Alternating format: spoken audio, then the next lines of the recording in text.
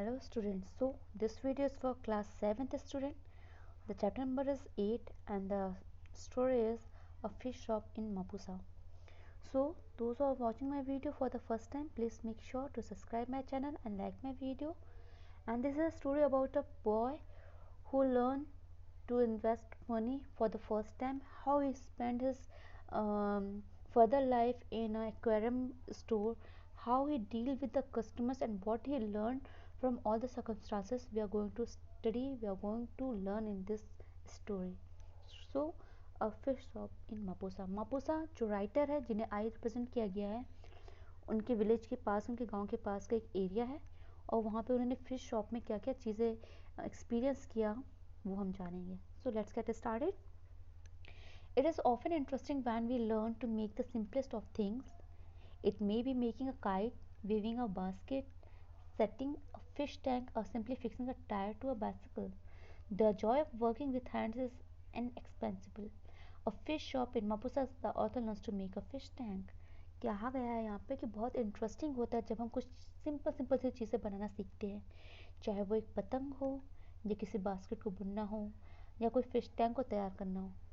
सबसे खुशी तब मिलती है जब हमारे हाथ से वो काम किए जाते हैं और हम अपने आप से वो काम करते हैं. In a fish shop in Mapusa, जो आपकी स्टोरी गिवन स्टोरी है, fish shop in Mapusa, the author learns to make a fish tank.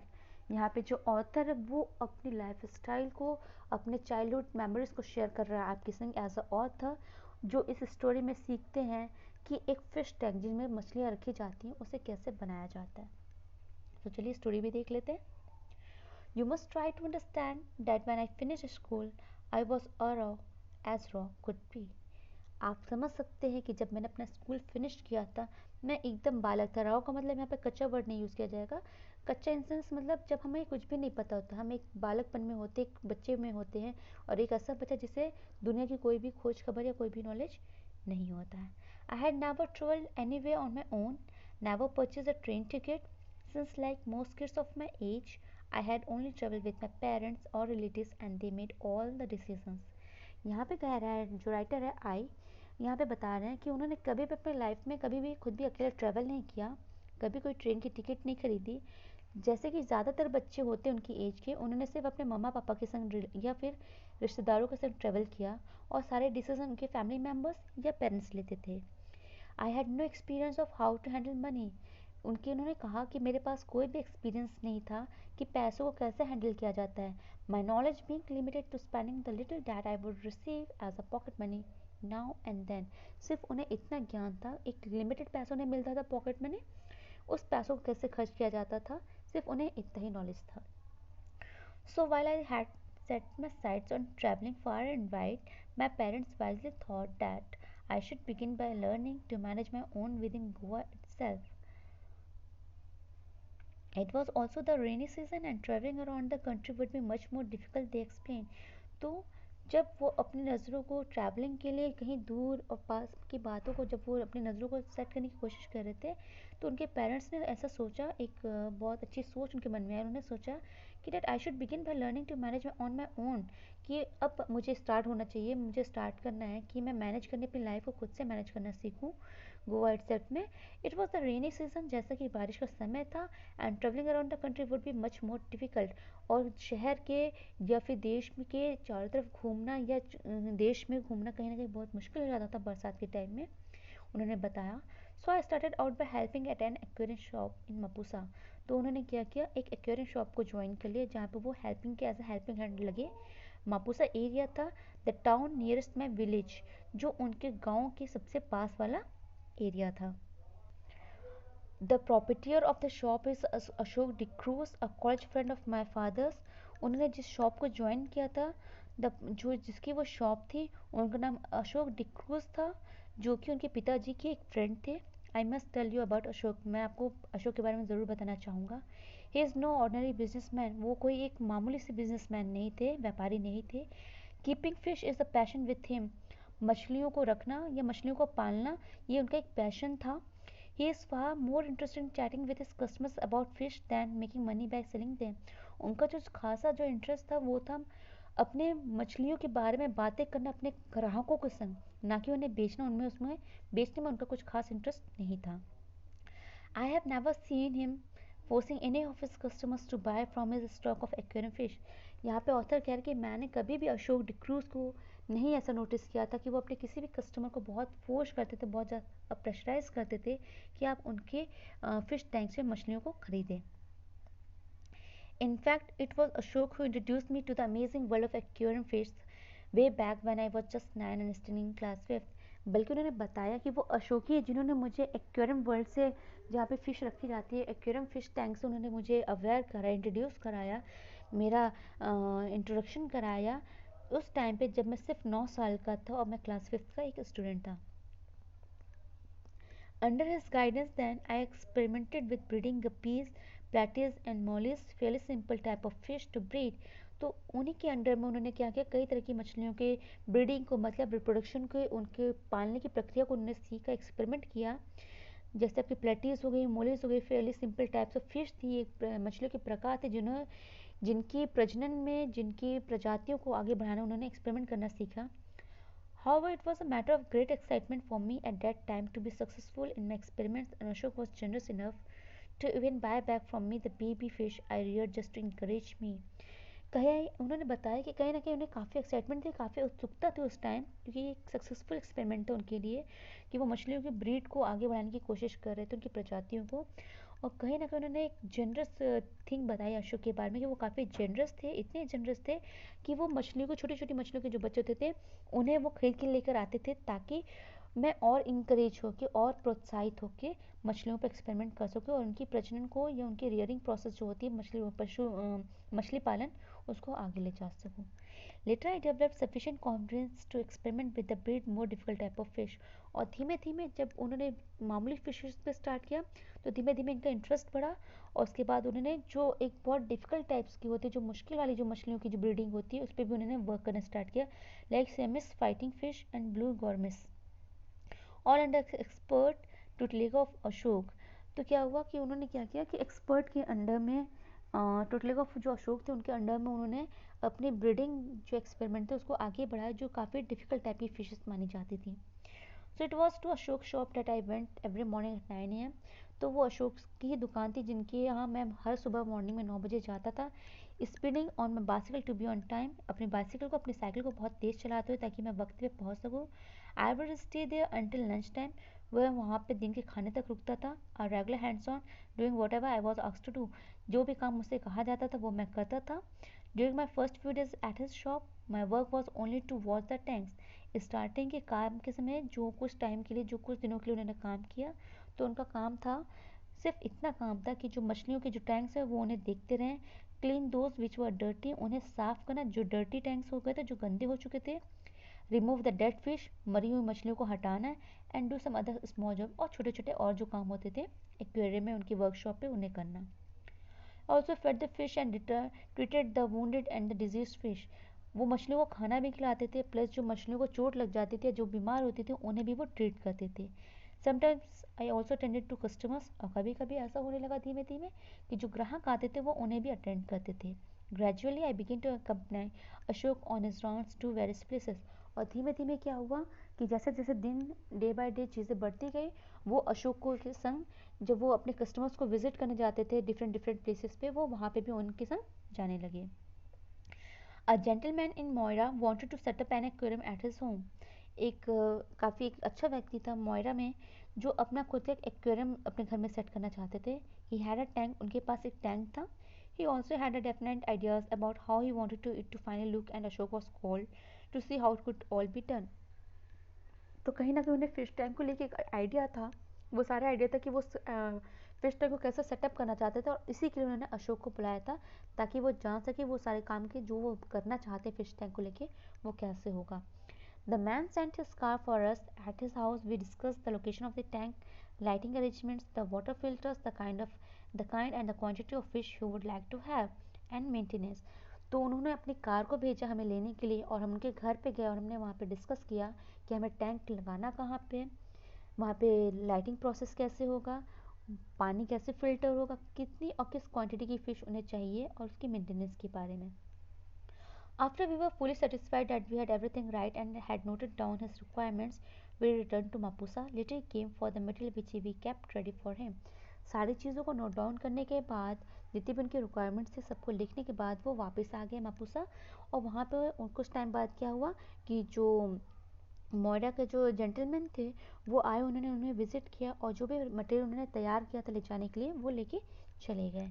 Another time I accompanied Ashok to client's office to put a pair of draft gourmets in the fish tank and to fix a picture of a backdrop for the tank.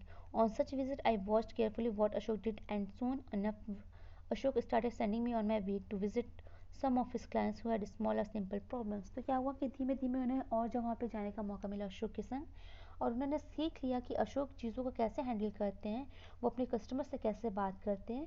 और एक time ऐसा है कि कभी कभी जब छोटी छोटी सिंपल सी प्रॉब्लम्स होती थी, बहुत छोटे छोटे सेटअप्स करने रहते थे फिश टैंक के लिए, तो अशोक ऑथर को ही, मतलब जो यहाँ पे आई रिप्रेजेंट कर रहे हैं उनको ही भेज दिया करते थे।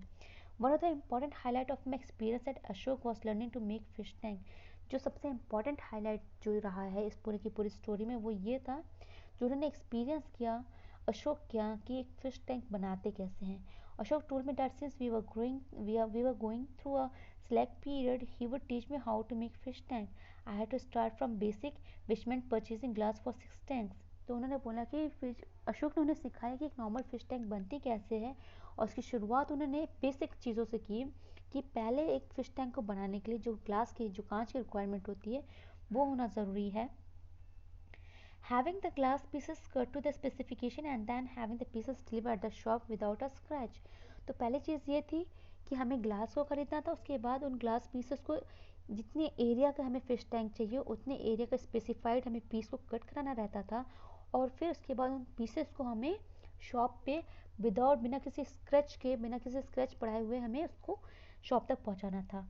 I had accompanied Ashok on several occasions earlier to the glass shop and watched as he ordered glass, explaining his requirements or having a piece recut because it was done wrongly. In fact, I had been sent often to the glass shop for small purchases, so I was fairly familiar with the owner and the procedure. Ashok had even taught me how to calculate the price of glass. Still, it was a new experience for me. When Ashok handed me some money and gave me general directions on what to do, and I was on my way. On my own. तो यहाँ पे बताया कि जब Ashok starting में चाहते थे तो वो अपने संग ऑथर को लेके जाते थे, और जहाँ पे ऑथर ने ये जाना कि अपनी स्पेसिफिकेशन बता के अशोक कैसे ग्लास पीसेस के जो कांच के टुकड़े होते थे फिश टैंक के लिए उसे कटवाते थे। कभी कभी कुछ ग्लास टैंक के जो ग्लासेस होते थे वो कभी गलत कट जाते थे तो उन्हें दोबारा रिसाइज कराते थे। और इस सब को देखते हुए कहीं ना कहीं जो ऑथर था वो ओनर, जो दुकानदार था ग्लास का, उससे भी काफ़ी फैमिलियर हो गए। तो कभी कभी जब छोटी छोटी परचेजिंग करनी रहती थी, कभी छोटे छोटे सामान उठाने रहते थे उनकी दुकान से, तो अशोक उन्हें ही भेजता था, और कहीं ना कहीं उन्हें पैसे भी देने लगे वो कि तुम जाके ये ग्लास कटवा के लेते हो, और उन्हें डायरेक्शन भी बताते थे कि तुम्हें कैसे करना। और धीमे धीमे जो ऑथर था वो वहाँ पे और भी वेल एक्सपीरियंस्ड हो गया। I managed to purchase the glass and also to get it cut to size. So far so good. Now came to the difficult part of transporting the glass pieces to the shop. यहाँ पे author ने बोला कि कहीं ना कहीं वो काफ़ी मैनेज करने लगे थे कि ग्लास पीस को कैसे कटवाना है और कैसे साइज़ में कटवाना है, जो कि बहुत अच्छा काम होने लगा। बट उन्होंने बताया कि अब सबसे डिफ़िकल्ट पार्ट था जो अब उन्हें फेस करना था वो ये था कि ग्लास पीस जो उन्होंने कटवाए थे साइज़ में, उसे अशोक के दुकान तक ट्रांसपोर्ट कराना। I wondered whether I should get a rickshaw for the purpose, but was a little hesitant since I hadn't checked what it could cost for the trip. Short through it would be. While I was trying to make up my mind by testing the package for its weight, the shopkeeper assured me that I would be able to hand carry the glass for its weight and carry the glass to Ashok's shop, which is what I finally did. When I finally reached the shop, I heaved a sigh of relief that the glass was intact. तो यहाँ पे बोला कि जो सबसे important काम था वो था ट्रांसपोर्ट कराना। तो काफ़ी टाइम से यहाँ पे ऑथर कंफ्यूज था कि मैं इसे रिक्शा से लेके जाऊँ या कैसे लेके जाऊँ, बट यहाँ पे ओनर ने बोला कि आप इसे खुद भी ले जा सकते हैं, क्योंकि कहीं ना कहीं जो वेट है वो आपकी बियरेबल है, आप उसे हैंड कैरी कर सकते हैं।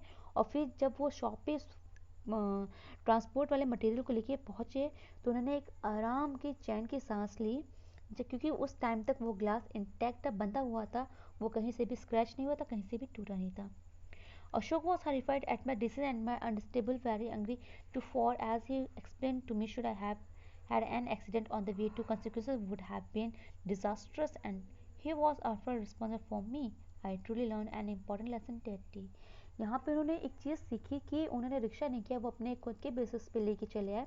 जब वो दुकान पे पहुंचे तो अशोक काफ़ी डर गए थे, अशोक डिक्रूज, और उन्होंने इस डिसीजन पे कि मैंने अपने आप से लेके गया, उस पर वो काफ़ी गुस्सा भी हुए, क्योंकि उन्होंने मुझे एक्सप्लेन भी किया उसके बाद का। उन्होंने जो गुस्सा किया था मेरे सामान लेके पहुंचने पे, उसका वो एक्सप्लेनेशन भी दिया कि अगर रास्ते में कुछ भी एक्सीडेंट हो जाता या कुछ भी गलत होता या कुछ भी बुरा होता उनके संग, तो उसकी सारी की सारी जिम्मेदारी अशोक डिक्रूज की होती। इस वजह से कहीं ना कहीं ऑथर ने अपना एक अच्छा लेसन सीखा कि हमें हर एक काम सोच समझ के करना चाहिए। Learning to make an aquarium tank is great fun. One has to first plan the size of the tank. For this, one must first decide on the length of the tank. After that, the height and the breadth are to be proportionally calculated. The sides of the glass are held together with silicone, which is a glue and which feels like rubber when it hardens. तो यहाँ पे बताया कि उन्होंने सबसे पहले जो चीज़ सीखी टैंक बनाने के लिए वो बहुत ही ज़्यादा मज़ेदार था। वो ये था कि हमें पहले तो ग्लास को साइज़ में कटवाना है, उसकी लंबाई और चौड़ाई देख के उसकी हाइट कितनी होनी चाहिए सबको प्रोफेशनली कैलकुलेट करना चाहिए। उसके बाद साइड के ग्लासेस को हम सिलिकॉन एक मटेरियल आता है जिससे हम क्या करते हैं, ग्लासेस को स्टिक करते हैं, एक तरह का ग्लू होता है जिसको हम चिपकाने के लिए इस्तेमाल करते हैं, और जब वो हार्ड होता है तो उसके बाद क्या होता है, वो रबड़ की तरह हो जाता है। Silicon doesn't dissolve in water. Silicon की जो सबसे स्पेशलिटी है वो ये है कि सिलिकॉन पानी में घुलता नहीं है।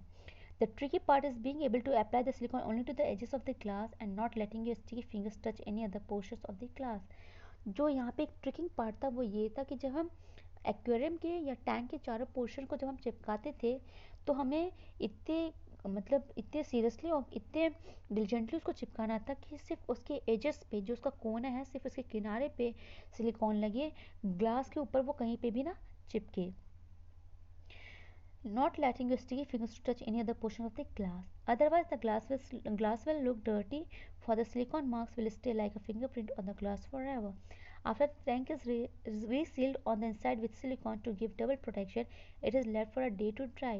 The next day, it is tested by filling with water, and if all is well, the tank is ready for sale and can be delivered to the customer. उसके बाद क्या होता था कि डबल चेक करने के लिए वो क्या करते थे, सिलिकॉन को अंदर और बाहर दोनों तरफ से लगाते थे। बस उन्हें ये ध्यान देना रहता था कि जो सिलिकॉन है उसके फिंगरप्रिंट्स या उसका जो ग्लू है वो कहीं पे ग्लास में कहीं और ना चिपके, वरना वो हमेशा के लिए वो दाग उसमें रह जाता। उसको बाद चिपकाने के बाद उसे एक दिन के लिए छोड़ दिया जाता था सूखने के लिए, और उसको टेस्ट किया जाता था पानी को फिल करके। अगर पानी कहीं से भी नहीं बहता था तो मतलब वो परफेक्ट था और उसको कस्टमर तक डिलीवर कर दिया जाता था।